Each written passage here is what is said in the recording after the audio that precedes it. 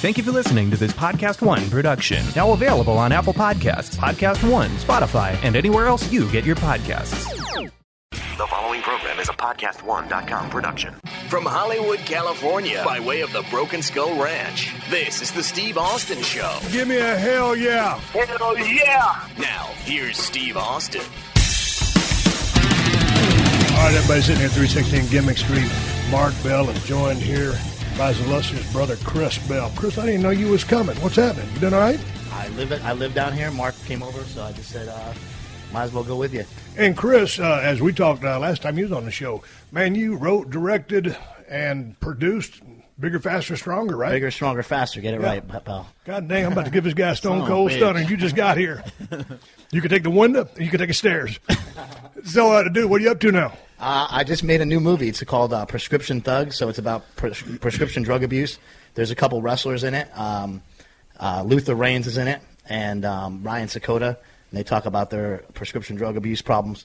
Well, I was interested in you bring up those two names because they were just in the headlines as part of a class action lawsuit with another young man who his name escapes me right now, suing the WWE. McCullough? Well, I know, but they're suing the WWE saying unsafe, this, that, whatever. It's a bunch of malarkey. This is my family-friendly show. So, it's a bunch of BS is what it is. Right. Yeah, I don't know exactly about that lawsuit. I don't know exactly what the issue is. I know that Luther Reigns, Matt Weiss, for example, his real name is. I know that he had a major prescription drug issue. I don't know if it was because of wrestling or I don't, and I know that it's because of personality, Yeah, the personality of a pro wrestler is going to be different, right? I'll tell you what, at the end of the day, and I have no heat or animosity with any of the three guys in the lawsuit. I was just because you said those names, it brought that to memory. But, at the end of the day, I've heard so many people say, God dang it, Steve, when is Vince going to do something about this? Right. Hey, man, it ain't Vince McMahon. Well, I think they have done something about it. They have. But my point is, man, each man or woman is responsible for what they do and what they put into their body. You have to hold yourself accountable to the things you do in this life. And so all the people says, when's Vince going to do something about it? You got to do something about it yourself. Same thing's true with steroids and stuff like that, too. If you get in a bodybuilding community and you see how big and jacked the other guys are, you get in a powerlifting community, it's your decision on whether you're going to take stuff or not take stuff. I just want to let everybody know that I did ask Triple H for an interview in this movie. I wanted to talk about the whole wellness program that they have, and Triple H actually agreed to do an interview, and we just didn't have time to do it. So I just want to let everybody know that the WWE was willing to talk about it and was willing to get on record about it. We just didn't have time to do it in this movie, and this movie really isn't about the WWE.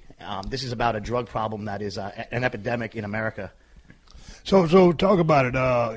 These Luther. I know we don't give the movie away here on the podcast, but what was his issue? Vicodin, Percocet type things. Yeah, Luther. His issue was he was taking 90 pills a day. So he was taking up to 90 different pills a day. So it was Vicodin, OxyContin, Percocet.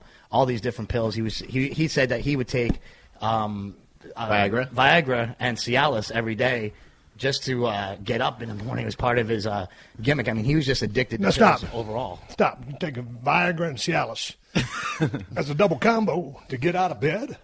He said he would. No, we're talking about for sex. You're talking about to get out of bed. No, he would take that every morning with his pills. He said so. He was just addicted to pills in general. Because I had a hard time getting out of bed this morning. My 2 cups of coffee and my alpha brain, was kind of. I just like I told you guys, I give you the knuckle bump. I wasn't feeling 100% today. But man, when you're talking about a Viagra and a Cialis, and here's the thing about those two particular drugs, dude, they work different for the same effect, and you damn sure don't want to take them in combination together. If I needed a Viagra and a Cialis just to get out of bed, I'd be in dire strait, mister.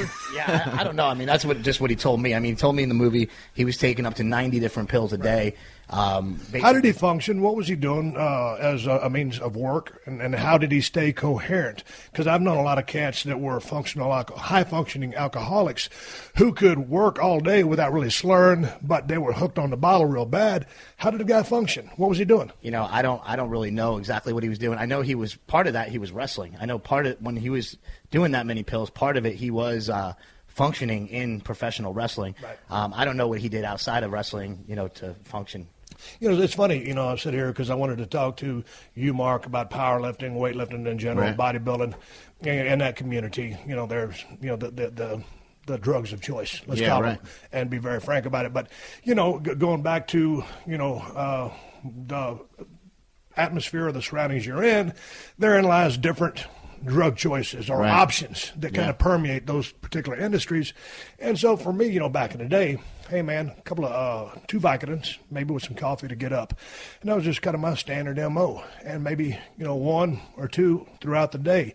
Or to go to sleep, maybe a couple of Somas or, some Ambien or some Lunesta or whatever the combination, or some Xanax. But dude, I was one of those guys. I was a drinker. That was my thing. I like to drink, like whiskey and vodka. Now, we could do a whole what thing here, but we're not. Right. But, it's just, when I hear some of the dosages of guys like the things that you just threw out about him, and like a guy like Dale Wilkes, who was taking 40 or 50 gimmicks a day as well, dude, I just can't. I can't understand, first how they function as a human being. Yeah, how do you do anything? Well, part of me making this movie was I was a prescription drug addict. I mean, I had double hip replacement surgery, and after I had that, dude, how old are you? I was 33 years old when I had double hip already? Yeah, what that happened? was just a Kind genetic, of a genetic deal. Genetic deal. I mean, my brother squatted over 1,000 pounds, and he never had hip surgery, so I think it was just something that was genetic. But for me, I got addicted to the pills, and I was doing at least 20 to 30 what to have pills you a on? day. But I mean, I was doing Percocets mainly, and He basically almost died during the filming of this movie as well. yeah, I mean, I don't want to give away this film, but in the making of this movie, I mean, I basically almost died making this movie. So Eating pills? Yeah, pills and drinking along with it. I think a lot of What was your alcohol of choice? Alcohol, Yeah. vodka, mainly vodka. But I mean, I would do. I was taking Xanax just basically to get over the hangovers. So I mean, I would Xanax to get over the hangover, but that's a relaxer or a downer, if I will. And Yeah, I mean, that's what you took to get over the hangover. For me, I would get these nasty hangovers, and I would take Xanax, and I would just get rid of the Gotcha. rid of the hangover, make me feel all right, throughout the day. But I think that a lot of people struggle with this. I mean, as I was making this movie, the more people I talked to, the more people I realized had a problem with prescription drugs, alcohol, just addiction in general. I mean, we're a country that's, addicted. The same thing happened with steroids. It was like, people were wanting to open up about it when you shot Bigger, Stronger, Faster. People were like, "Oh yeah, I took some D-ball back in the day." People were just throwing it out. Yeah, but it's interesting because, a lot of people are just really oblivious to the fact of what is really more popular than you would think that it is. Yeah, right. And, here as of late, I mean, well, for the last, 5-10 years, it really has been more of the prescription drugs. So, and then, man, dude. Well, everyone's on something, right? Everybody's got to take something to go to sleep. You got to take something to wake you up. You got to take something because your elbow hurts or this hurts or that hurts. It seems like everybody needs a pill to solve their problem, before they even go down the road of seeing if they're resting okay, sleeping okay, eating can't okay, sleep worth and so a on. damn. I have to take something to go to sleep. I've got It's the main issue. You wake up a bunch. My whole deal with sleep apnea, not being able to sleep, Right. is well documented here on my podcast. People have always talking about my wife. Now, when you say everybody's got to have, a pill for something, Right. She's one of those people that is anti-pill. She'll ask me, Steve, you think it's okay to take an Aleve on an empty stomach? And I'm like, You laugh at it. Yeah, I'm kind of like, yeah, honey, I believe you're gonna be okay. She Yeah, I've says, done more dangerous things. You'll Are be you all right. sure? I'm like, believe me, It's not really too big a roll of the yeah, dice. I didn't really go to school to deliver prescriptions or be a pharmacist, but yes, I think you're going to be just fine. But man, I mean, dude, people just they're looking for something to take just to man. I mean, when you look at what's happening in sports, whether it's baseball, track and field, football, everybody's looking for an edge, Right. And even an edge in just in jobs. Yeah, people are always looking for an advantage in some way, and with what I do with powerlifting, sometimes it's a training technique. It's not always a drug. That's what we always look at first at my gym. Is we always look at training technique. We look at form. We look at what's the guy doing? What's the guy eating? We try to investigate all those things before there's ever a conversation about drugs. A lot of guys will come to me and they're like, "Man, I'm not getting the gains I want. I'm not reaching the goals I want." And I know what they're trying to say. Right. I that's think Mark code. said it the best in Bigger, Stronger, Faster.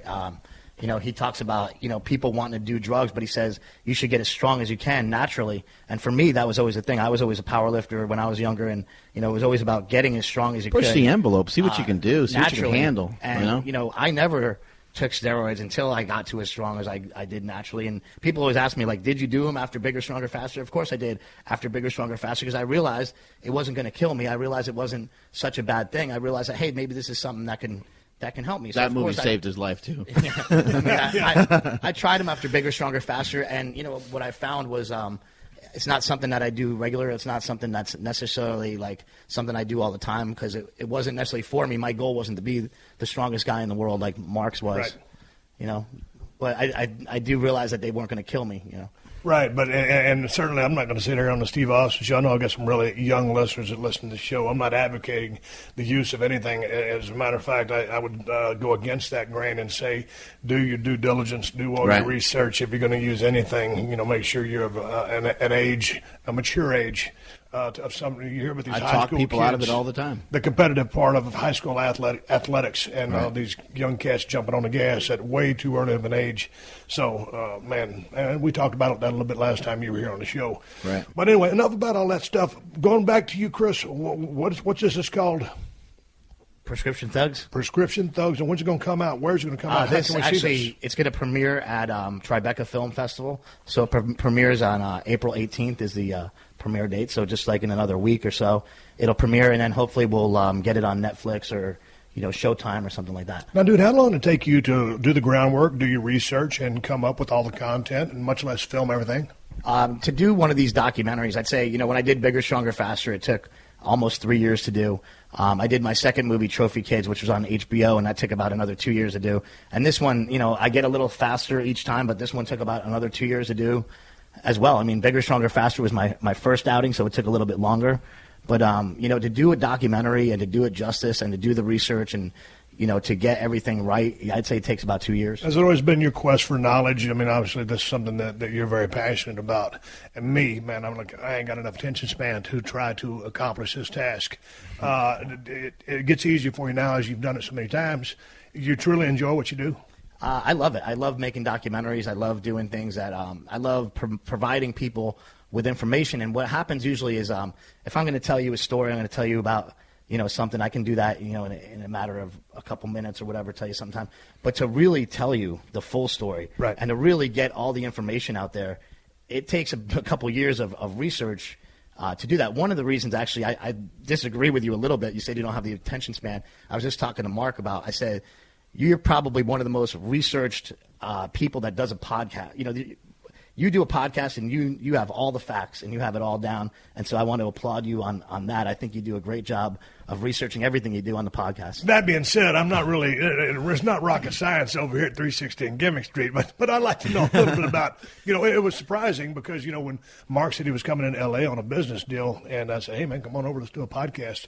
So I just thought we'd shoot the breeze, talk about getting strong, and, with respect, not to drugs, but with rep schemes and pyramids back from the old days when I was in college, and I'll give you kind of the overview of our training protocol back then and see what you would recommend now. But before we do that, man, I know you two guys are avid wrestling fans. Your brother was a professional wrestler for a little while.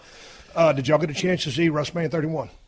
To see what? WrestleMania 31. Oh, yeah, absolutely. Yeah, I loved it. So what did you think about the show? I thought it was great. I mean, I actually watched I've watched every WrestleMania that's ever come along, and actually you were one of my favorites of all time. I used to pop up out of my chair like a little kid, and I was it's amazing 30 years old. It's amazing how crazy it is now. The spectacle that it is, what it's turned into is unbelievable. How were you guys? I enjoyed the show. I gave it a big thumbs up or middle fingers up as the Stone Cold part of it would do. But it was different for me. It was a little discombobulating for me to watch wrestling. And it's not sports entertainment at my house, to watch pro wrestling in the daytime because it just threw me off visually. Yeah. And I know they were working. They did the stadium over in Orlando, Tampa, wherever it was, Miami, where the Rock is from. Where was that at? Miami. Yeah, Hurricanes. Yep. Okay, so that's on the East Coast. So they had pretty much the luxury of working in the dark.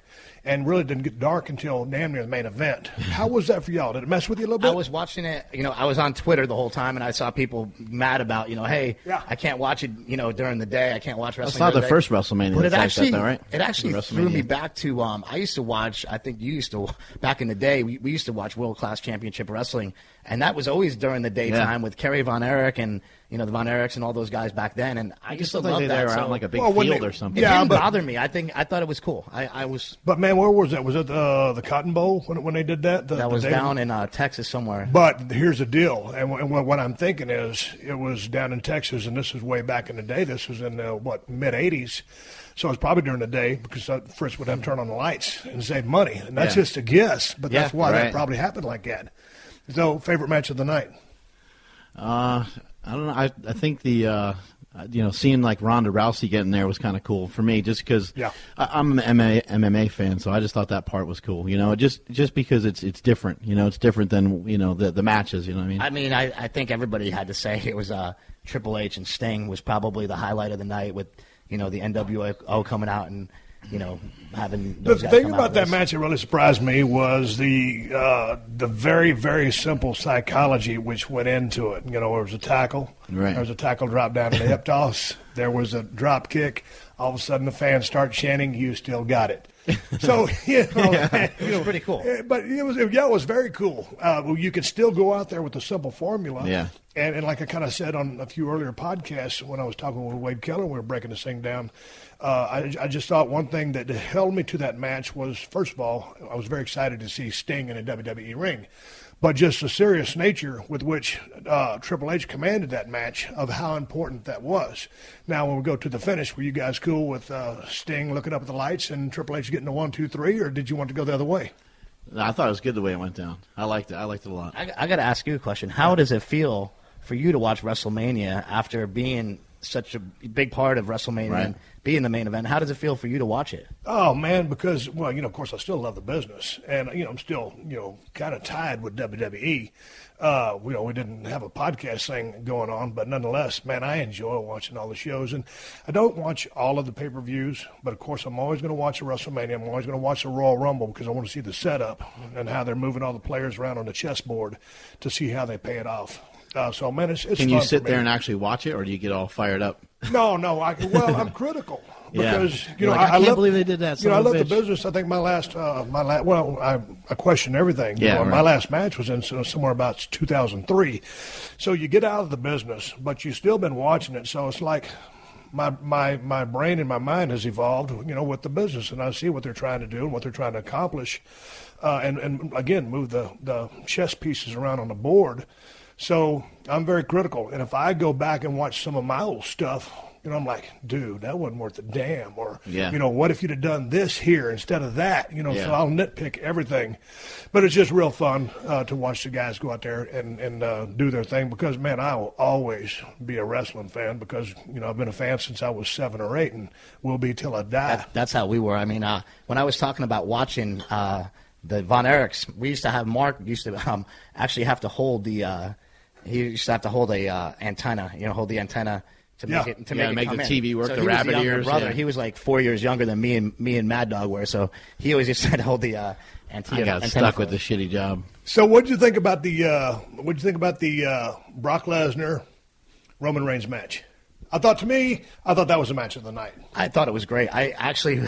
I thought it was so funny, the way that it ended and the Money in the Bank thing. And I was kind of expecting that. Yeah. But I wasn't sure if they were going to go through with it, But I think Brock Lesnar's great. I mean, I love watching. He's an insane athlete. He tried out for an NFL team. To see somebody he actually made an NFL team for a minute. And then to watch him fight in the UFC and to know that even when he won the championship. He was the UFC champion. And even when he was hurt in the UFC, I mean, when he lost. He wasn't 100%. He wasn't 100%. Yeah. He was hurt when he lost. So to see somebody that's that athletic and that, just. That big and jacked. And strong and. I remember watching him versus Kurt Angle and all those matches. I mean, I think he's just a great athlete. He's interesting to watch for sure. I thought he carried that match. I thought Roman Reigns did what he needed to be. And I won't go too much on about it because I talked about it in the past podcast. But you take care of Brock. I mean, that finish when he had Reigns up or Rollins up. About to give him the F5, and then here comes Roman Reigns with the spear. Brock rolls out, and all of a sudden, curb stomp on Roman Reigns, and all of a sudden, Seth Rollins is the world champion. Yeah. So you take care of your champion. You didn't beat your unbeatable monster. Yeah. Brock is whole. And, Roman Reigns is whole too because, people were really starting to kind of go back and forth on, do we like this guy, do we not like him, because they kind of assumed that he'd been pushed too fast too soon. Right. So by beating him, you kind of save him. And with Rollins being, the chicken scratch heel, he gets the win after he did the favors earlier in the night for Orton. So anybody on the card can beat him, but he's your world champion. So it really makes for some exciting matches with him. And I like seeing him get the belt, too. I like Rollins, too. Rollins is in great shape. Yeah. He looks great, and he does a great job out there, I think. Okay, let's talk about that. He comes from a CrossFit background. But before we get to the CrossFit background, before we get to the CrossFit conversation versus bodybuilding, powerlifting, everything else, you guys are big friends with John Cena, correct? Absolutely. And I love the guy as well. He's a good friend of mine. Some beef with him here. Okay, this is John Cena. We're on YouTube here, and this is a springboard stunner.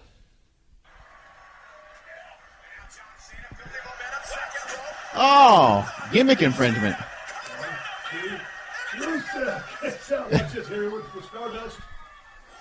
Beautiful move, covers. Well, Stardust went to the ropes. Okay, guys. What does he call that move? Well, I don't think he calls it anything. It was brought up to my attention on several emails that I got, but I never discussed it. So now that I'm sitting here with a couple of guys who are big wrestling fans. I think you need to have him on the show directly. I mean, I don't think there's any other way to settle this. Well, they just talked to him on another podcast. I don't think nobody asked that question. So, gimmick infringement or not? Oh, yeah, all the way. All the way. It looks like a little bit of gimmick infringement. A little bit? I think you'd have blind in one eye? I think you'd have to talk to him about that. Here's the thing. People ask me, Steve, hey, man, what do you think about that? First of all, it's obviously reminiscent of the Stone Cold Stunner, but here's my biggest beef with it. It's such a dynamic move, and it requires such precision and timing because his foot could slip on that rope. Right. Guys are wearing baby oil. They're sweating. Anything could happen. So that move is very precise. But when you hit that move, I mean, why don't you establish it and get a couple of 3 counts out of it? Right. So then when Rusev kicks out or whoever kicks out, if they do, it means something. So he could have had another ace up his sleeve had he actually beaten people with it. Now, the way the finish went down, Lana comes up. Cena goes to Lana. Here comes Rusev charging. Cena moves out of the way, knocks Lana on the floor, on the ground, and then feeds right into an AA. 1, 2, 3. Hey, man, what if they don't, manipulate it out of the AA like he did literally 4 minutes earlier, go into a bing, bang, boom, then hit that thing out of the blue and blow the roof off the stadium, which didn't have a roof to begin with. My point is, had they looked further down the road than the short term, he would have had a real valid, great, badass finish than just a setup, which now means nothing. Yeah, it would have got a lot more. Chris, you looking at me like, man, this dude's crazy. Do you understand that? No, I totally get it. He's saying prescription thugs. No, I totally get it. I totally get what you mean. It's like they blew it. Yeah. And well, not they, funny? But I mean, just look at being very critical because I don't want to say they blew it. Because you mentioned that move. And I didn't even remember that move because that's why I let me. Yeah, that's why I let it go. Yeah. And I was like, oh, that was in WrestleMania. I don't even remember that move because it didn't mean anything. Yeah. Now, had that been a finisher, that'd been a pretty cool finish. Exactly. It's really important to establish those, those moves and to establish those characters and stuff. Much like, in his movie, Prescription Thugs, you gotta tie people in to the emotions of everything, and that's exactly what you're doing when you're telling a story through a wrestling match. Hey, man, before we start talking about the gym and getting stronger, Chris, the double hip surgery replacement, and then you got off in a bad way on the pain pills. Dude, what'd you do to quit? What I did to quit really was it's kind of hard to say. Basically, I quit cold turkey, which is like one of the worst things to do. So I tried to quit cold turkey, and when I did, I basically ended up in the emergency room twice. And I ended up. Your body shut down, didn't it? Yeah, basically your whole body, like basically your respiratory system shuts down, and you can't breathe and things like that. But I ended up in the hospital twice during that, and then I went to a doctor and they put me on what's called Suboxone. Now Suboxone, basically, after I learning what I know now, Suboxone you're only supposed to be on for like 2 weeks. I was on Suboxone for 8 months, and getting off Suboxone basically almost killed me again. So anybody out there that their doctor puts them on Suboxone, they need to know that's a short-term solution to get rid of the withdrawals, not a long-term solution. Is how do you pronounce it? Suboxone. Suboxone. Is that the equivalent of the methadone clinics that they have? It's basically like through Venice and Marina Del Rey. Very similar to methadone. But basically, it is still a drug Yeah. It's a drug that helps you to get off of another drug. Right, but it is a drug. Exactly. To keep everything from hitting the fan. And what a lot of people don't know is that it is a drug and that they should only be on it for a short period of time, not a long period of time. Okay, dude, I mean, you kind of have the mentality of a pro wrestler, a musclehead, a meathead, and I always say guys are dumb. Okay, your first time you ended up in a hospital, an emergency room with this, and then you end up a second time. What did you not learn from the first time? I think these drugs are so powerful, and these drugs are so manipulative on your mind. Like you basically like you're using it, and a lot of times there's no consequence. Like basically, one time I went to the emergency room, and I came out of it with no consequence. Like basically, like I when I came out of the emergency room, there was no backlash. There was no bad feeling. So like when you don't have any consequence to it, you'll basically go back and do the same thing again, not knowing. Did you need someone to hold you to those consequences? Was that it? Because there was no one to say, hey, Chris, you got to wake up. This is bad. The way that I got off all the pills is basically letting people know. And they say that. Yeah, I didn't know. I didn't know he had like this bad of a situation. I heard him talk about it a little bit before. So were you completely oblivious? I mean, not 100%. I knew like my oldest brother who passed away from all this stuff. I knew that like he wasn't always telling the truth, but then I would ask his friends. I would check up on him. Right. I'd ask different people. I'd text different people and stuff, and they'd say, oh, he's doing okay. Or they'd say, oh, man, he's kind of fallen into a slump. And the next time I asked him about him again, he was back to doing okay again. So I was like, well, I'm not. He's an adult. I'm not going to ride him about it. And it's just too emotional to even go there, to even talk to him about it, because we had, one brother pass away from it. So it's like a touchy subject, but we should have talked about it. Bleep. And the thing is, like, once I told my girlfriend about it, she called Mark, and once Mark said basically, hey, you're coming to Sacramento, we're going to fix this. I said, this is over. We're going to tackle this one as a family, and that's what we did. Once I sat down with my family, and my parents said, hey, we had one son die from this. You're not going to die from this. This isn't going to happen.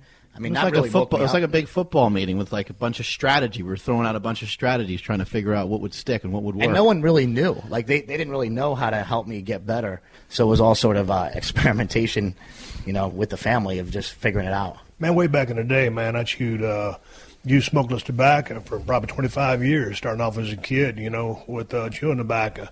And then after years in the business, kind of started eroding my gums a little bit. I figured the smart thing to do would be able to switch to snuff, so use the front of my mouth. Boy, that's a real smart option, right? So anyway, my dad had an issue about 10, 11 years ago and got mouth cancer, and he'd smoked during, his youth and chewed cigars.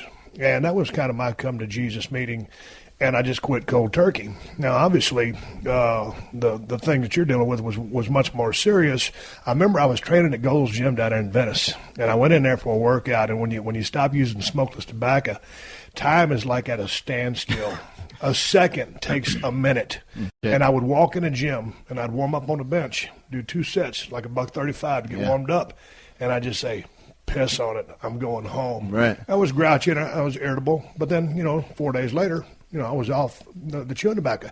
And then it was going to the ranch and taking that first lap in my Ford Bronco, and I associated different things with the tobacco. So getting in my Bronco and taking a lap, that's when you're supposed to put a dip in, or when you wake up, put that dip in before you get your first cup of coffee. You're so attached to it. Now, I've been off tobacco now for 7, 8 years. So now you're still pretty fresh. Are there cravings? Are there sometimes you on the edge? How do you cope? For a lot of people, I went to rehab, and I went to rehab at Cliffside, Malibu. And when I got there, a friend of mine who actually runs the place, named Richard Tate, he basically grabbed me and said, a lot of people will tell you this is a disease, but I'm going to tell you it's not a disease. This isn't airborne. This isn't something you catch. Basically, you're going to beat this. You're going to beat this. And after he told me that, that night I went into the shower. I was in rehab. I went into the shower and I cried for about 3 hours straight. After crying for 3 hours straight, and this is not a manly thing to say, but I can tell you and tell him because you guys, you get this kind of stuff. Good thing not a lot of people are listening. Yeah, nobody's listening. So I literally went into the shower and I cried for 3 hours straight. I got out of the shower and I said, I'm done. I don't want.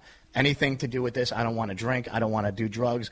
I don't want any of this. And the rest of the time I was in rehab for 90 days, which they recommend. The next 87 days out of rehab was cruise control for me. Right. And ever since that day, and ever since what they call that in rehab is a spiritual awakening, and ever since I had that moment, I thought of my brother Mark, who I love. I thought of my sister-in-law Andy, who was helping us in this. I thought of my girlfriend. I thought of my mom. I thought of all these people, and I'm like, I can't hurt these people. I can't let these people down. I got to stop this now, and this is done. And so for me, I was lucky. I had that spiritual awakening. I had that happen to me. I never really had any curves. It was a huge change, watching him go through it, because at first it was gradual, him getting into the drugs and stuff like that, at least from my vantage point. Right. And it seemed slow. And then I'd hang around him and I'd be like, he said a couple things that were weird. They were a little bit like what Mad Dog would say type thing, like kind of almost desperate things that you hear from your friends sometimes when they're bitching, right? And you're like, man, that's a little off, But like more and more of that kind of stuff would happen. When I get around him, he'd be like pretty negative and stuff. And I'm like, man, what is? I just kind of couldn't. I never was. I couldn't really put. Yeah, I couldn't put my. No, he's the most positive guy I've ever met. I couldn't really put my finger on it. Why did the drugs put a negative spin on you? They just make you think bad thoughts. I mean, like when you're under the influence of prescription drugs and alcohol, you just think bad things. You don't think about the positive, great things that can happen in your life, or the positive, great things that can come about. You look more at the negative. You always look at the negative, and I don't know why that is. They say like alcohol and drugs are depressants, and I believe that that's true after going through it. Hey, man, well, congratulations, man. I just can't believe it. It's just so interesting to see so many of my buddies, starting mixing cocktails and drugs and end up, leaving this earth way too soon. Yeah. We had tons of people die from it. I mean, I worked for WWE. I think you were. I barely knew you when you were there, but I was a writer there, and I watched guys die. I watched Eddie Guerrero die. I watched Tess died. Who knows what exactly it was from? But I know like Tess' example was prescription drugs, and I just watched all these guys that I got to know and love pass away from this stuff, and I went right down that same route, right down that same road. Man, I'll tell you what, man, we're talking with Mark Bell of Super Training Gym over in Sacramento, the strongest gym in the West, on his brother, Chris Bell, a guy who wrote and directed Bigger, Stronger, Faster. He's got Prescription Thugs is coming out just in a couple of days, literally, over at the Tribeca Film Festival in New York. Coming right back, and we're going to shift gears, lighten it up a little bit, although it's been a great conversation. Let's talk about getting strong and tricks and trades and BS tips in the gym. The Steve Austin Show. The Steve Austin Show.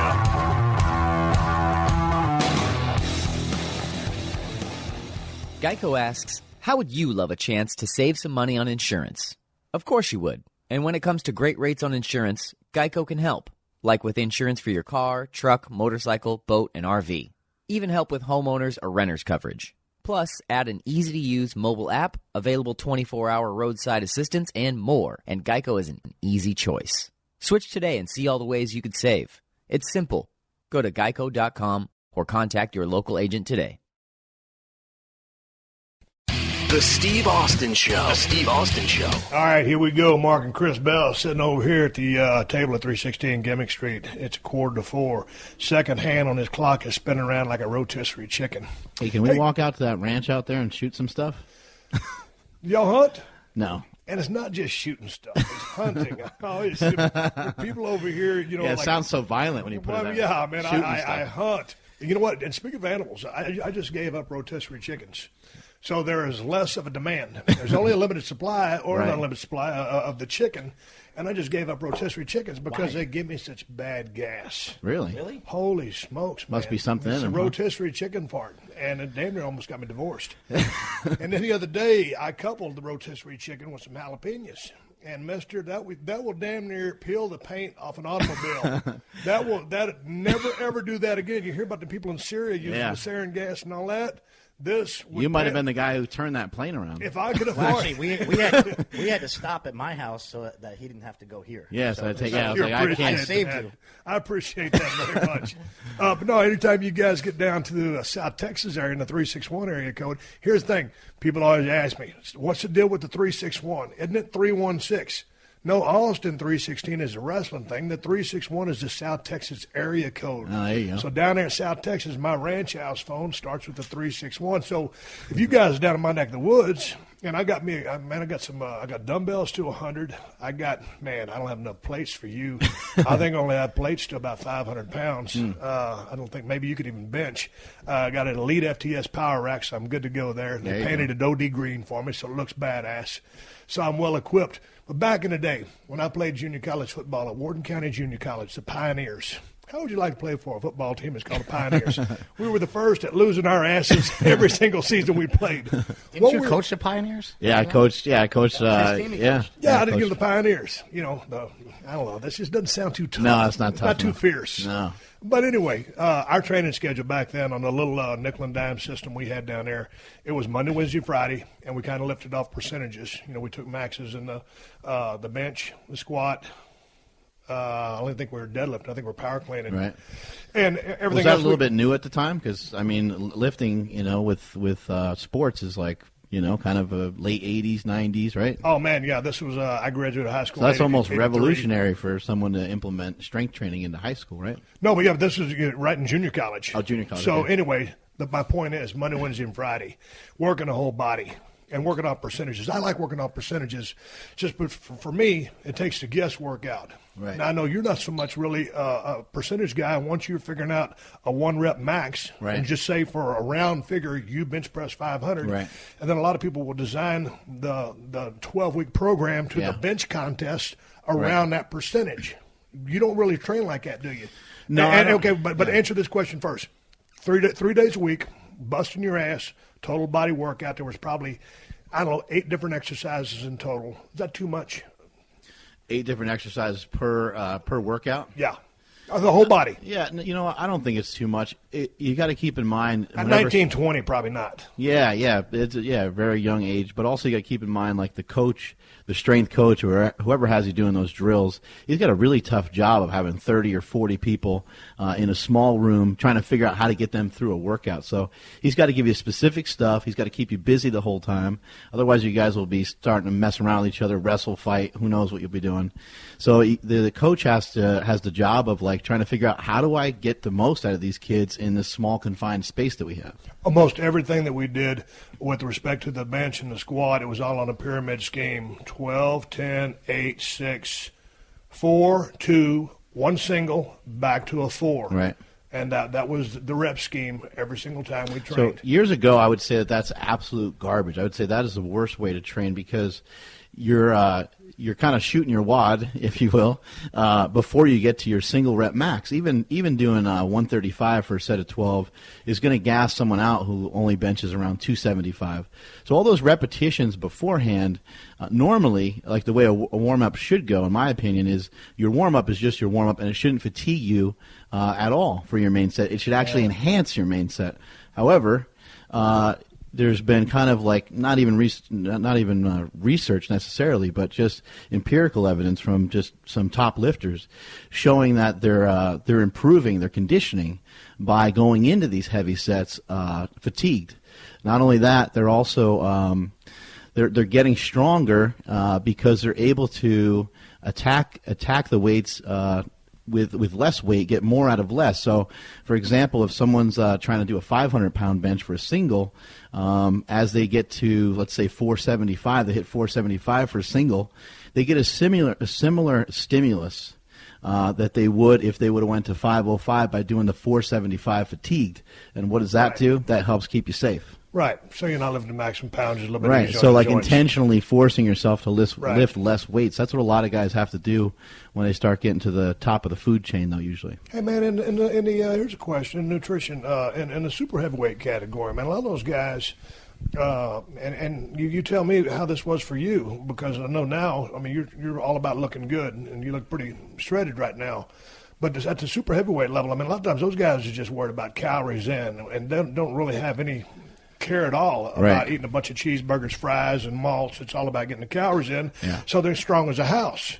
Has that changed any? Is it now more about the macros and high protein and carbs to facilitate the training, or is it still a free-for-all for those guys because they're large human beings to begin with? Again, the evidence would go back to just guys eating whatever they want. Because when you talk to the top lifters in the world, they'll say, "Oh yeah, I dieted down for this weight class, and I did this for that weight class." And you say, "Well, what do you eat now?" And they always say, "Oh, just whatever I want." They all pretty much eat whatever they want. I just don't think, and I know people are going to hammer me on this, especially nutrition coaches and stuff. I just don't think it makes that much of a difference.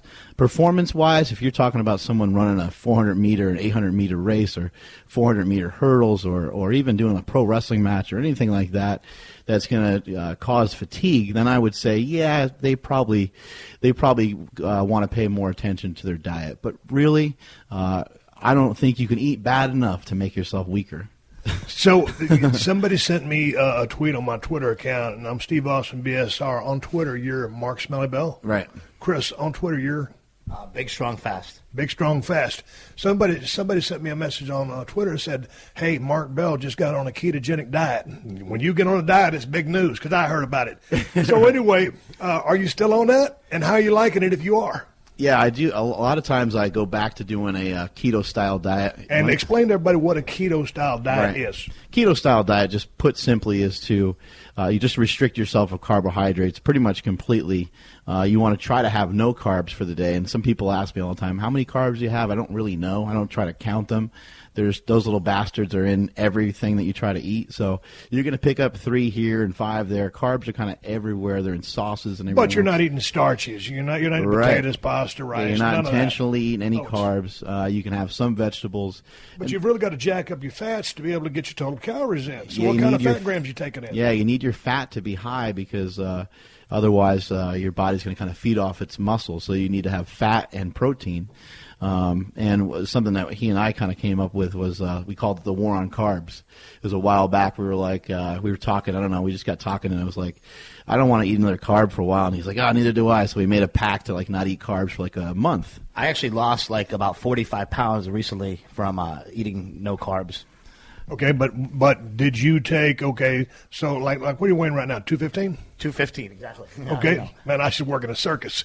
So you're 215. Did you put because here's where I'm real bad at, jumping on a computer and getting on the online calorie calculators and saying, okay, you weigh this, here's what you need to eat. I didn't touch any of that. I basically just did what Mark told me to do was I kept my fat high, so I I'd have MCT oil in my protein shakes, and I'd have a couple protein shakes a day maybe, and mainly lived off of grass-fed beef, and just and more exercise. Imagine that. Yeah, basically I actually started doing cardio, and I basically lost a lot of weight doing that. Now some people that's the dreaded word because you're gonna burn up your muscle mass. Right. Where are you on that? As long as you have enough calories to facilitate the process of fat loss, but not muscle loss, where are you on the cardio spectrum? Just think of it this way: some walking or something like that. There's just no way it should be ripping your muscle apart. The only thing I would say is that you don't want to try to jump into an exercise, or you don't want to try to jump into a diet by starting with a bunch of exercise and reducing the calories significantly. The first thing that you want to do is you want to try to find a baseline of calories, and you want to start to add in a little bit of activity over a period of time. And then if you want to try to get shredded or you need to lose weight for a particular reason, that's when you're going to start to pull out food. But you always want to try to have as much food as you can so that you can. You want to eat as yourself. much as you can while you're losing. You don't just want to jump to a bottom line figure, because then you first of all you're going to plateau once you get to that certain mark. And where do you go from there when you're not really getting enough nutrition to supply your body with what it needs? So your body says, "Hey, piss on you! I'm stopping here." And you do want to try to send your body, Stan Efforting, good friend of mine. He's been on the podcast before. He always kind of talks about signals. You want to send certain signals to your body. So he'll say steady state cardio isn't necessarily bad. It's just that it sends a better signal to your body when you do sprint style cardio. Just because it's fast, you only have to do it for 10-15 minutes, and it just has a little bit better response on holding muscle rather than burning muscle. All right, dude, what are you weighing right now? I'm about 255. Okay, what are you taking in the form of calories? I don't really count calories, so I do on occasion, but it's rare for me to count calories. Right now, I'm not on a keto style diet. I'm having carbs usually just around my workout, or one or two carb meals a day, just kind of depending on the day. So you don't have any idea how many grams of protein you're taking in? I don't know. It's probably about I probably have about 40 or 50 per meal, and then I have how many meals? I have about 6 meals every day. Right. So whatever the math is on that. So, I mean, if you get 300 grams of protein, that's it? For a guy like you? Yeah, about 300 grams of protein. And if you're only eating a carb before or after your workout, man, at the max, it's going to be about 100. Yeah, 100, maybe. You're going to be eating a lot of fat. Maybe 200. And probably a similar amount of I probably don't eat quite as much fat right now, but when I'm on a keto-style diet, then it jumps up. What I always tell everybody is it's pretty simple. Is if you want to eat carbohydrates for your energy source, you have to lower your fat intake significantly. If you want to go on a keto-style diet, then you have to raise your fat significantly, and it can't be carbs in there. You got to be careful you don't mesh the two things together. And it also depends on your goals. If you just want to tighten up a little bit, tightening up your body or just dropping a couple pounds is fairly easy. Again, the first thing that you can do is you don't have to change anything in your diet. You can add a little bit of exercise if you're not already exercising a ton. Right. So, Chris, are you still keto? I basically stay on a ketogenic diet for the most part. I cheat like once or twice a week. I'll have 1 or 2 cheat meals a week. But basically like just stay on a ketogenic diet to keep my carbs low, keep my fat. Some of the diets that are popular right now, like flexible dieting, if it fits your macros, all those styles of things, they're great. But you're probably in the same boat as me, and he's in the same boat too. I can't follow it because if I can eat a brownie, then I'm going to eat 2 brownies, and I'm going to eat ice cream, and I'm going to start to slaughter everything else. And so for us, that's where the war on carbs came to be. Because we're kind of addicted to sugar. I also, when I stay on a ketogenic diet, I actually use the keto sticks. So you pee on the keto sticks, and if they turn purple, you're in ketosis. You're in ketosis, and that's a pretty decent way for me to just like I have a hard time dieting. Like I hate dieting. I have a hard time staying on a diet. So for me, that just keeps me in ketosis, keeps me on the diet. Yeah, well, because there goes back to your accountability or some consequence. You're still in ketosis. But see, here's the thing, man. When I was on a keto diet back in the day, of course, I'm always going to return to normal or what's easy, and that's obviously a couple of carbs here and there. Right. And the boys, like my buddy in Texas always tells me, he goes, Steve, carbs aren't the enemy. Yeah. And they're not, but they are if you just jump right back on them when you come off really any diet. Well, what stops you from having dessert, when you were allowed a potato and so on? It gets to be hard, You're like, but just reintroducing the carbs after you've been no carb for so long, your body doesn't know, hey, man, what am I doing here? I'm going to hoard this in. And so, that's kind of classic. Bodybuilder gets all ripped up for a show and then just starts binge eating everything, jumps up 30 pounds in 2 weeks. You got to do your research and know what you're doing. So if you know what you're doing, and these days, the term is reverse dieting, right? Slowly adding in, right, and going back to a maintenance level, right? You want to try to build yourself up over a period of time, allow yourself to use much. That's been my biggest issue is just a yo-yo thing. I'll get tremendous shape and say, "Oh man, that's deer season." Oh, right. What did you do when you wrestled though? Because you looked amazing all the time. You had abs and everything. Oh man, that was just when you're on the road every single day. Remember you had those golden locks and everything. Remember that? Well, that was back in the Stunning Steve days. Yeah. But you got to understand, man, when you're in that ring, anywhere from 15 to 30 minutes every single night, and all the guys are training. They're because it's the same thing over and over again. You fly into a town, a bunch of guys get in a rental car, go straight to the gym. Well, you got to be on TV too. Yeah, you don't want to look like shit on TV. Well, just trying to present an athletic build. I was never trying to be the ultimate warrior. I knew the genetic structure I was dealing with. And but you're always in the gym every single day. You're doing some form of cardio at the gym, and then in the ring, you can't get no better cardio than that. It's like an MMA fighter sparring. It's very specific to being in that squared circle. So and also, like here at 316 Gimmick Street, I don't really have a normal job. Sometimes I'm pretty sedentary, other than my gym sessions. Right. So you're always on the go. So I always call working out artificial exercise because we just have to make up exercise for ourselves because we don't hunt and we don't like build our own stuff anymore. We have everybody do it for us. So you got to like make up shit to do, Hey, one of the things I love about you, shifting gears just a little bit, I was in good shape back in the squared circle days, but so many of the guys before we started rolling sound here, we were talking about the Broken Skull Challenge, and I've met a whole lot of CrossFitters come through there, right. And all of the women and the men come from different backgrounds, some from the MMA world, bodybuilding, pro wrestling. Had a ton of CrossFitters out there, and all of them, the guys and gals, are in extreme condition. They're at the Super Training Gym. A lot of CrossFit going on because y'all are known for being the strongest gym in the West, powerlifting. Right. There's not a lot of CrossFitters in there, but I work with a lot of CrossFitters, and there was one CrossFitter in particular that ended up on your show. Her name's Jessica Fitzgibbons. She trains at CSA, and she's a phenomenal athlete. I mean, there's really not much she can't do. She's not. I wouldn't even really call her a CrossFitter because she's been training for probably maybe 2 decades before CrossFit ever kind of came around. But you'll see holes in any training system, just like you will powerlifting. There's tons of holes in powerlifting. Anytime a bodybuilder comes into powerlifting, what ends up happening is they end up destroying the powerlifters because they're in better condition, they're in better shape, they can handle more training, they can handle a higher frequency, they can handle more volume, and then also with their background, they're hitting things from many different angles between doing lunges and step-ups and leg press. They're not just squatting all the time. Well, which are the bodybuilders that you speak of that are coming into powerlifting and dominating? I mean, obviously, when you think and you watch some of the YouTube stuff of Ronnie Coleman, he would have been an outstanding powerlifter. Yeah, oh yeah. But what were the other bodybuilders that really made the transition? You got a new guy now. His name is Amit Sapir. He's a he still is a pro bodybuilder. Right.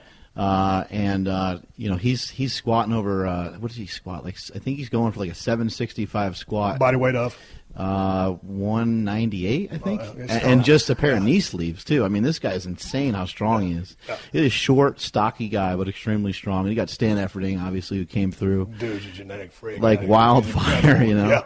Yeah, and he was a guy who was very thin, and so he kind of, as a bodybuilder, he kind of knew what to do, but to gain the size and the mass of a powerlifter, he didn't know what to do at first. So he had to power lift. He had to powerlifters are just kind of slow in general. Like maybe our brains are slow too, but we kind of move around slow. Our workouts are slow.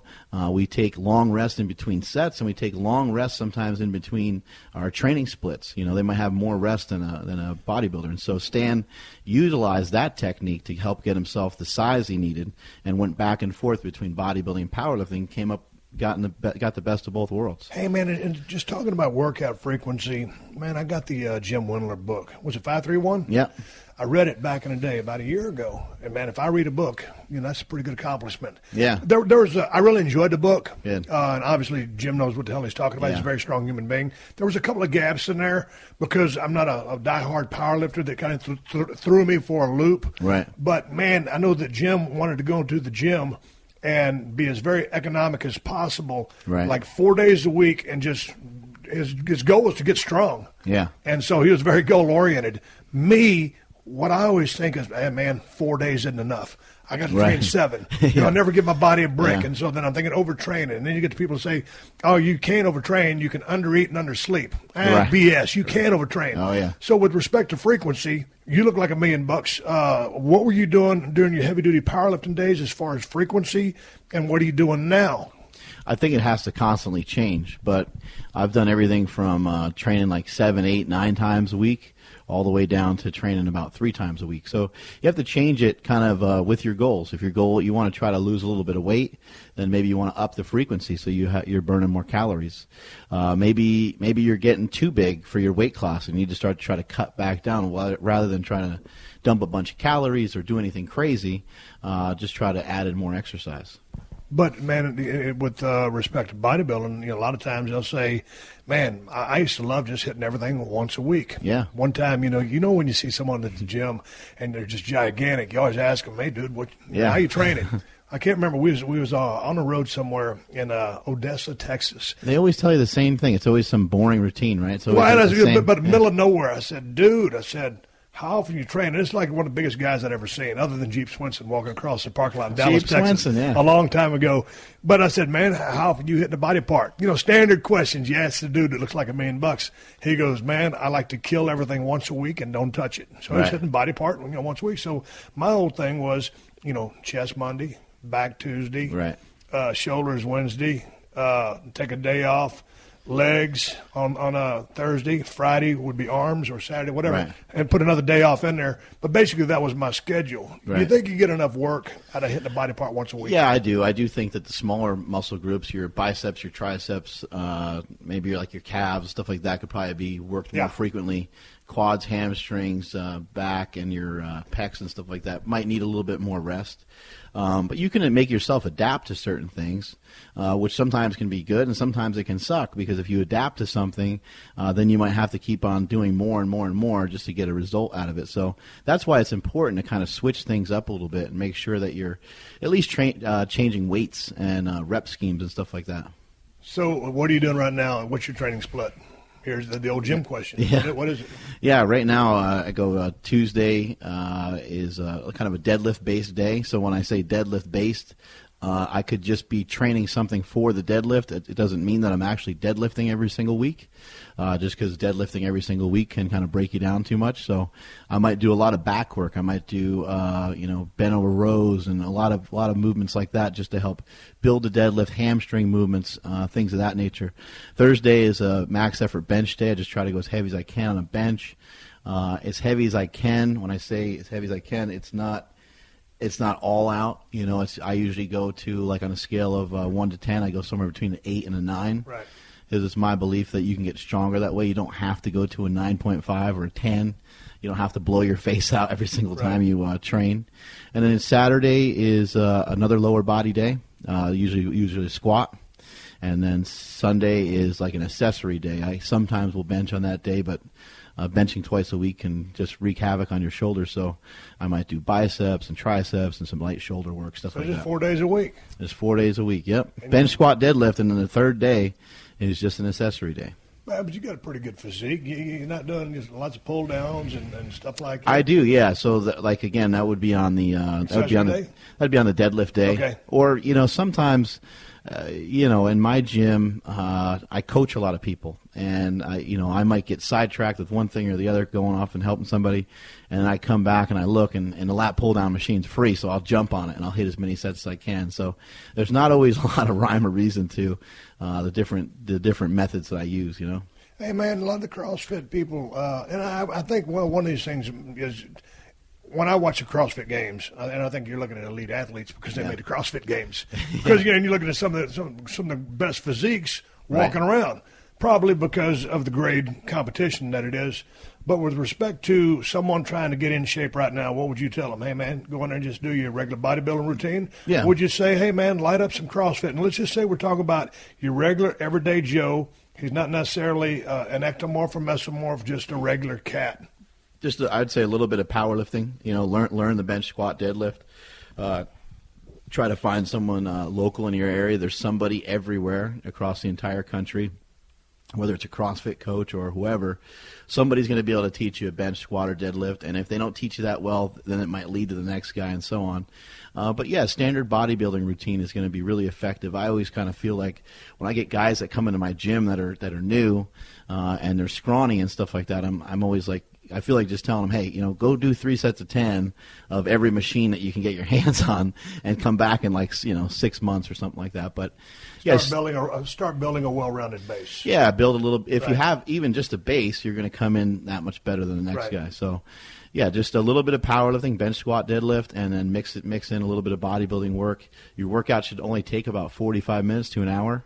Especially if you're newer, because the weights you're lifting just aren't that heavy, so the workout should be fairly quick. Okay, this is a cat that we're trying to get in shape. You currently right now, you doing any cardio with your routine? Not right now, but I'll mix in cardio, from time to time if I want to lose weight. Yeah, what form? Steady state? I do both. They both work, so why not use both? And that's the same thing with diet. Or think about Bruce Lee. Bruce Lee kind of embraced all forms of martial arts to kick people's ass, right? Right. I do the same thing with training. I embrace many different. Why just powerlift? Why not powerlift and bodybuild? If tempo training works, bringing the weights down for 4 seconds, why not utilize that on occasion? If this works and that works, why not try to implement it? So I'll go, periods of no carbs, periods of some carbs, and so on. So what do you do with implementation of cardio? Because I'm one of those guys, man, all of a sudden you need to start getting jacked up or ready for a show. And I'm like, man, double cardio, 45 in the a.m., 45 in the p.m. Dude, that's an hour and a half. I got to be eating too much. I mean, right. So what is your recommendation on cardio? I do think that first of all, that people should have some form of cardio in their training at all times, just because I think it's healthy. But other than that, I like to do the steady state cardio about twice a week. And, how long? Those are usually about 30 minutes. What intensity? On a 1 to 10, a 4? 6, yeah, 6, okay. Like a 6, yeah, maybe a 5 or 6. About 20, about 30 on a heartbeat? Yeah, depending on the day. Some days I'll push it a little harder, but yeah, right in that range is usually good. And then with the sprint type of cardio, HIIT training, I'll usually do twice a week. I do about 10 sprints, and however long it takes me to get to those sprints, I just ride it out kind of because it's. It doesn't really matter when you do them. I mean, it can in terms of your actual conditioning, but in terms of burning fat, you can rest 5 minutes or you can rest 1 minute. Some of the research is showing that anyway. Y'all pushing prowlers and doing stuff like that over at Super Training? Yeah. So if I go out and sprint at 255 pounds, I'm going to blow something off probably. Right. In the process of stopping or starting or something, I'm going to blow out a hamstring or my butt or something. So, we use the Prowler. The Prowler is just a device you load some weight on, and you run with it. You push it like you'd push a car. Right. And because you're moving slower, it's safer for you. It's also going to get your heart rate up more. You could flip a tire. There's all kinds of different. I use a recumbent bike here and there. There's all different kinds of things. Whatever you can do to get your heart rate up, whatever you do to get yourself gassed, you kind of get that burn in the back of your throat. That's what you're looking for. We were talking about CrossFit earlier. We were talking about Seth Rollins earlier. Seth Rollins is a CrossFitter. I guess people ask me all the time who in the WWE could take on a Skullbuster and maybe accomplish it. What do you think about Seth Rollins? Would he stand a chance on my Skullbuster on a Broken Skull Challenge? I don't think Seth Rollins would stand up to a Stone Cold Stunner, but I think he would probably get through the obstacle course pretty good. He could probably kick out of the springboard stunner from Cena. Yeah, Cena doesn't look like he's perfected that technique. It doesn't look like he has it down. He's not giving the fingers afterwards and everything. I mean, wouldn't you need springboard fingers afterwards too, right? Springboard middle fingers? Man, I'm telling you, man. Chris, springboard stunner, I mean, I was pretty effective at kicking a dude in the gut and just jumping up, putting his head on my hand. It's the best finisher ever.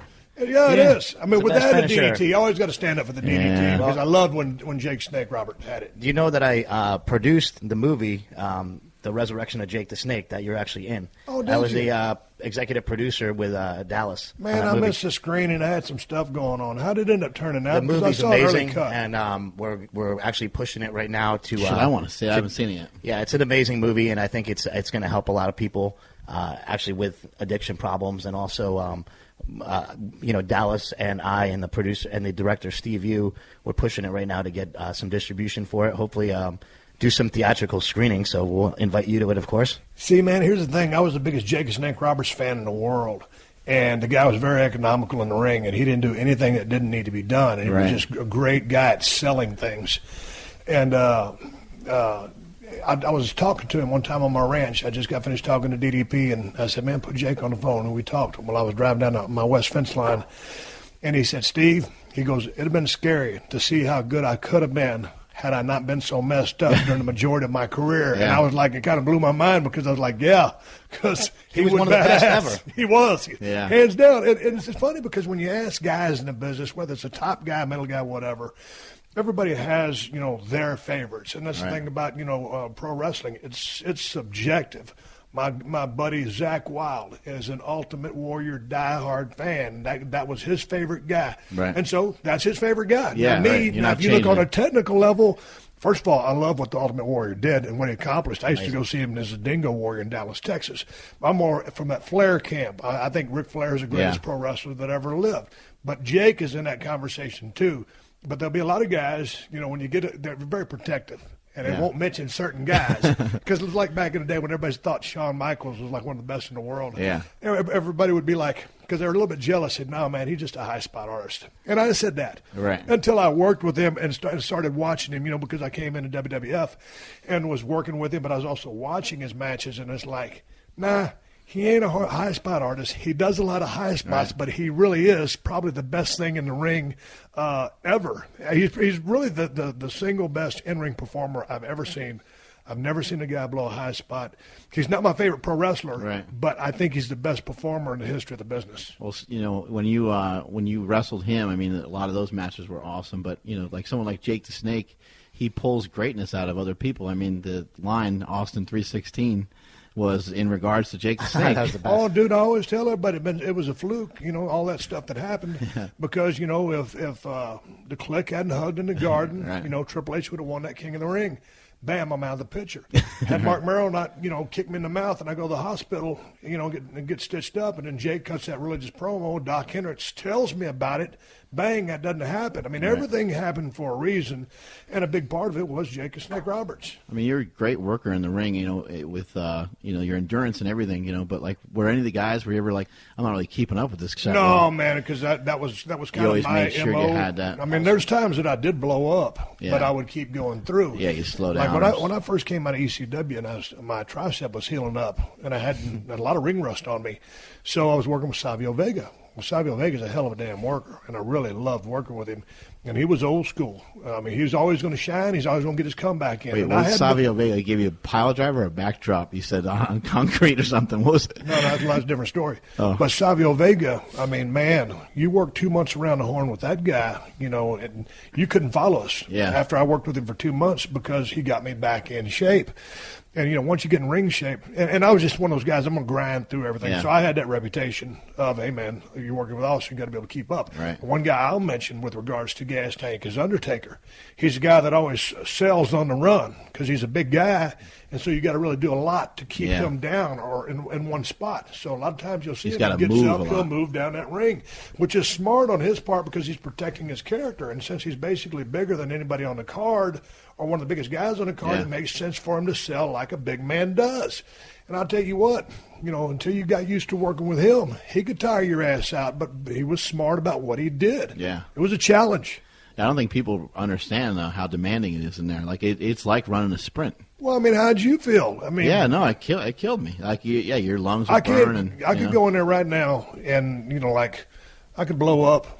Man, in 2 to 3 minutes. Right. Just even if I just opened up on a guy, full force, stomps and kicks in a corner in a turnbuckle or something like that, much less run a simple high spot. Yeah. And then, grab that hold if I'm working a headlock with tension, but light, but just with tension, and that's flexing. Everything you do out there takes energy. Yeah. And so it's a real work in progress. And that was one of the things I loved. And we're all over the place with this conversation. But before we wrap it up, it's one of the things I really loved about just the art of the business or the art of performing in the ring, was watching how relaxed a Ric Flair was. How relaxed a guy like Ricky Morton was. Yeah. They were always Steamboat, the great ones, and Bret Hart. But how relaxed they were, and all the stuff that they did looked good. Because it's one thing going and be relaxed, and you have too many gaps, and you think everything looks like crap.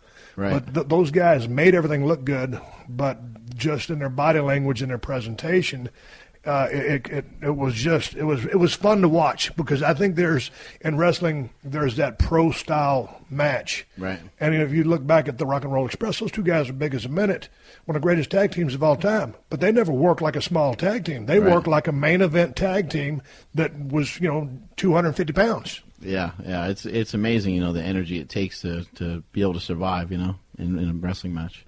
So what's next for you guys? You came down to Los Angeles, successful business endeavor for you with respect to getting some gear for supertraining.tv. And one thing I love about your website, real quick, get that plug in there because of the instruction.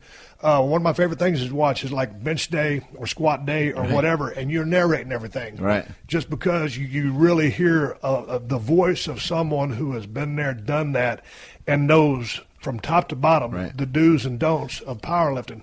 So if any of you guys are in a jam or gals and looking to a little bit of online coaching, check out supertraining.tv, which is Mark's website, because I really dig all the stuff that you do. It gives me an opportunity to talk over top of different lifters lifting, So some guy might watch it and might be like, well, I'm not 6'3", 300 pounds like that guy. But then the next guy comes up and he's 180 pounds, and the guy can relate to that. And there's a lot to learn. I always tell people, just hop on YouTube, check it out, and try to look at people that are similar to yourself and have similar goals.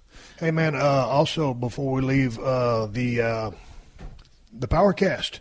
How's the PowerCast? Are you doing one show a week now? What's your schedule? The PowerCast is doing great. We have one show a week right now, but we're up to about 120,000 downloads per episode, and I'm really proud of that. You know, we've seen the effect with the sales of the Slingshot and the sales of the other products that we have surrounding the Slingshot, and even more so at these trade shows. I went to the Arnold Classic, and this was the first year that I had a line. I had a line of people, you know, who wanted autographs and pictures, and you know, they're like, "Hey, I remember you said this on the," and I don't, and you probably get that all the time, but I don't, you know, for me, a lot of it is still new. You know, people want to take pictures even when I'm trying to go to the bathroom. You know, so it got to be a little crazy, but it was a lot of fun, and yeah, the podcast is great. We don't, you know, with don't the podcast, even. You just really like talking. Well, I know you've talked with guys from my world. Cesaro was just down at Super Training Gym training a few months ago. Not too long ago. And strong dude, right? Oh yeah, he's in great shape. He deadlifted like 550 when he was there, right? Yeah, without deadlifting all that. Just often, walked in the know? door, and he's like a kind of a thin guy. Yeah, he's a good 6'3", I'd say. It was amazing to just watch him do that and watch him pull that much. And everybody on the crew knows how strong he is. He's just a specimen to begin with.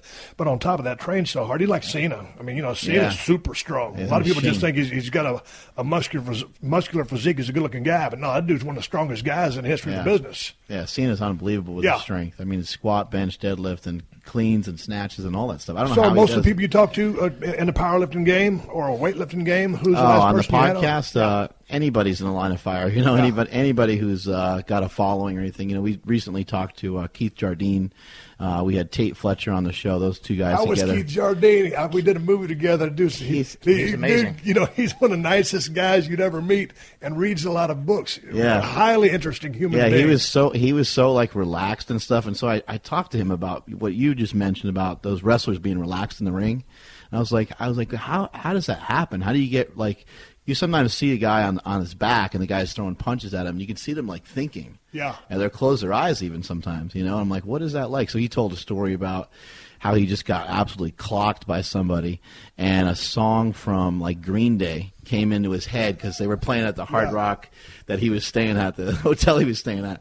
He's like, no one would ever understand any of this, but he's like, this music was playing. He got a calm over him, and he ended up winning the fight. He ended up coming back and winning the fight after getting his ass kicked so much. So it was great having him on the show. We have a lot of great guests on the show. We've had my brother here on the show, and we've had you on the show before. We got to get you up to super training. Man, dude, I've been trying to get to Sacramento forever, and it's like, man, every time I think about going, I look see how far it is. Yeah, it's far. We just got finished driving back from Texas, but I got a couple weeks. But here's the thing, man. I took about 10 days off my training, and I feel like crap, you know, like a pretzel. Again, this morning I woke up and feel like $1 million. I got to get my nutrition dialed in. And so when I come to super training, we can't roll any cameras. It's going to be audio only because I'm going to go up there to the gym and embarrass myself. Well, but I've been meaning to get there. You can just yell at us or something. We'll figure something out. No, I can do that. People just like watching you. So, dude, are you in Sacramento now, too? No, I'm actually right down the street from you in Marina Del Rey. Yes, but were you in Sacramento for a little bit for the rehab or what? Yeah, actually, after I went to rehab, I went and stayed with Mark for quite a while and just got myself back together. And now I'm actually looking to do another documentary. I'm trying to do something, again, it's sort of similar to Bigger, Stronger, Faster. I want to do a documentary about sort of the idea of what is healthy. You know, we look at all these different things and different gimmicks, and we have, you know, all the different, there's so many different health food People items might out think, there. yogurt's real healthy, but then they're not realizing it's flavored. Full and of it's got sugar, and it might have, 20 ingredients that are unnecessary. The idea of what is healthy, you know, and what, you know, basically like every food that we have nowadays is processed and everything. Right. You know, so I want to do something along those lines. Hey, man, just before we wrap it up, you said that the paleo diet, they always talk about eating certain things that were around from back in the day. Right. Because, like, potatoes weren't around back in the day, this, that, whatever. Right. And I'm not a paleo expert, but, hey, man, just because it wasn't around back in the day doesn't necessarily mean inherently it's bad for you. Some of those things are really interesting. I think, like, the paleo diet is actually really an interesting diet, but I don't think it's 100%. You know, right? But it is great that it helps pull junk out of your diet. Yeah, it exactly. Pulls crap out of your diet, basically. So helps you pull a lot of things that you normally shouldn't have out of your diet. Things that were, getting rid of bread. Gummy bears went around, 100 years ago.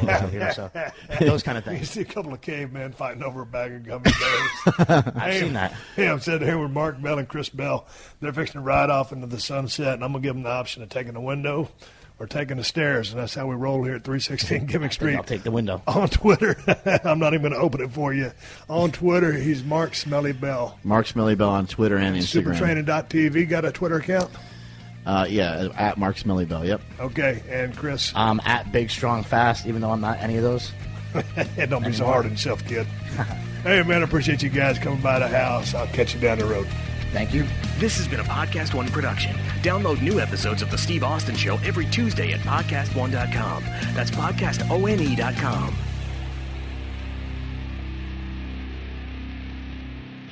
Watch Yellowstone for free on Pluto TV. All this weekend, Pluto TV is streaming a marathon of seasons 1 to 3 of Yellowstone, the show The Wrap calls a smash hit series. Pluto TV also has hundreds of channels and thousands of movies and TV shows like Mission Impossible 3, Gladiator, CSI, and more.